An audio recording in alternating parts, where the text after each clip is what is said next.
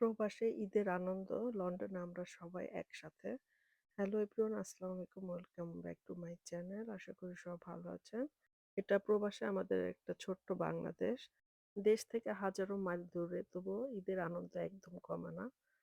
তো প্রতি বছরই আমাদের এই ঈদের প্রোগ্রামটা প্রতি বছরই হয়ে থাকে।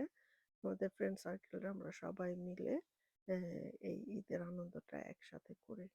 তো সবাই মিলে আমরা একটা হলের মধ্যে এখানে ঈদের মিলনমেলা করে থাকি।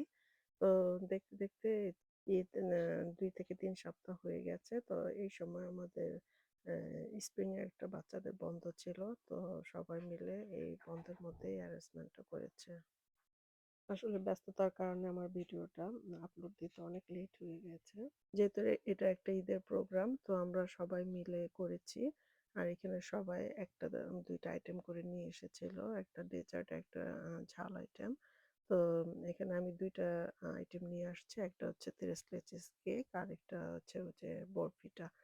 তো সবার রান্নাবান্নাই এখানে খুবই মজা হয়েছিল। স্ন্যাকস আইটেম, নাস্তা হিসেবে সবাই এটা খেয়েছে। আর ডেজার্টও ছিল। আর ডিনারের আয়োজন করা হয়েছিল বিফ বিরিয়ানি। তো আস্তে, আস্তে আমরা আগে গিয়েছিলাম। এখানে আরো ফ্রেন্ডরা সবাই চলে আসছে। আবার এখন অনেক বাকি ছিল। তো আস্তে, আস্তে করে সবার খাবারগুলা টেবিলে সাজানো হচ্ছে। এখনো সব মানুষ আসেনি।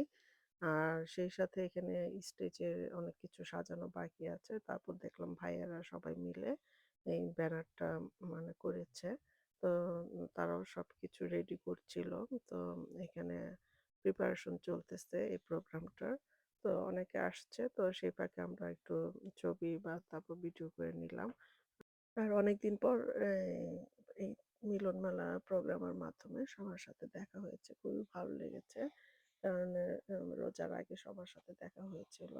তো এই মিলন মেলা বা ঈদ পার্টির মাধ্যমে অনেক ফ্রেন্ডরা আছে যে দেখা হয় না, তাদের সাথেও দেখা হয়ে গেছে। আসলে এটা খুবই ভালো লাগে। প্রবাসে যেহেতু আত্মীয়-স্বজন সবাই কাছে থাকে না। ফ্রেন্ড সার্কেলরা সবাই থাকে। তো এজন্য এটা একটা আনন্দ। বাচ্চারাও একসাথে হয়।